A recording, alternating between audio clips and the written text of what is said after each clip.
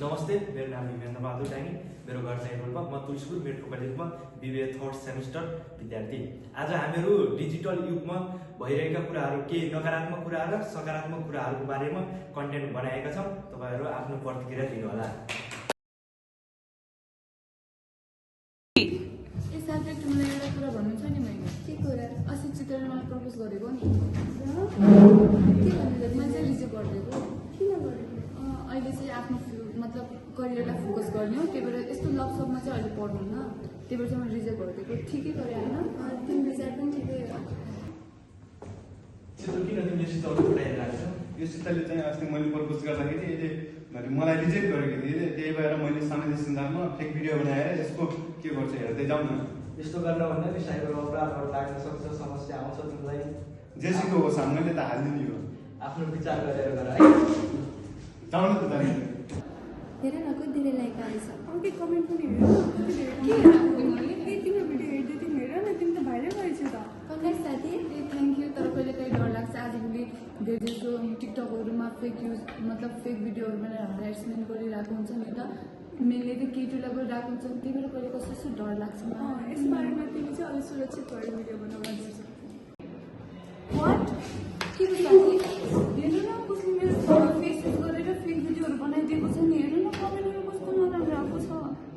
अन्त कसले गर्दै होला यस्तो? खै यस्तो कुरामा तिमी चुप लागेर बस्नु हुन्न नि त, यस्तो कुरामा त साइबर क्राइमहरू लाग्छ। हामी चाहिँ सल्लाह गरेर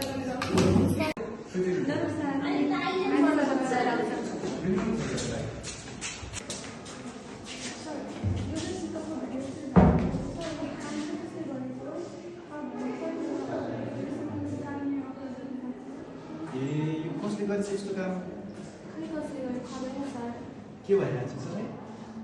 यहाँ यो फोटा त चित्रले एआईमा बनाइरहेको देखिरहेको मैले। चित्रले किन यस्तो गरेछ त? म बोलाएर ल्याउँछु है त सर। बोलो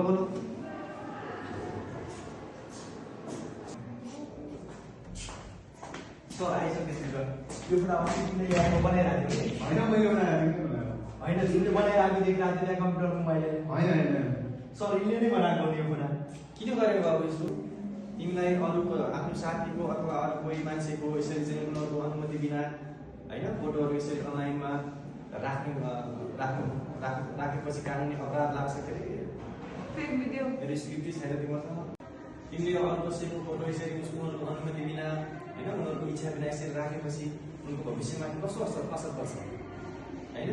त्यति मात्र नभएर तिमीलाई भोलि सार्वजनिक मुद्दाहरू लाग्छ, साइबर क्राइमको मुद्दाहरू लाग्छ, तिम्रो भविष्य पनि अन्धकार हुन्छ है। त्यो गरेर यस्तो काम गर्नु हुँदैन। तुरुन्त यो हटाएर तपाईँ समाज मागिहाल्नु हुन्छ सर।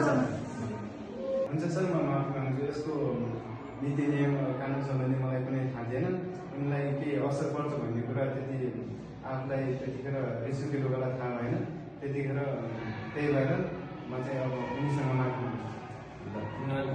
स्कुलको त्यो भिडियो पनि डिलिट गरिदियो है। के तपाईँ पनि आफ्नो साथीहरूलाई यसै गरी इन्टरनेटको उपयोग गरेर अनलाइन हरासमेन्ट र अरू फेक भिडियो बनाएर हालिरहनु भएको त छैन?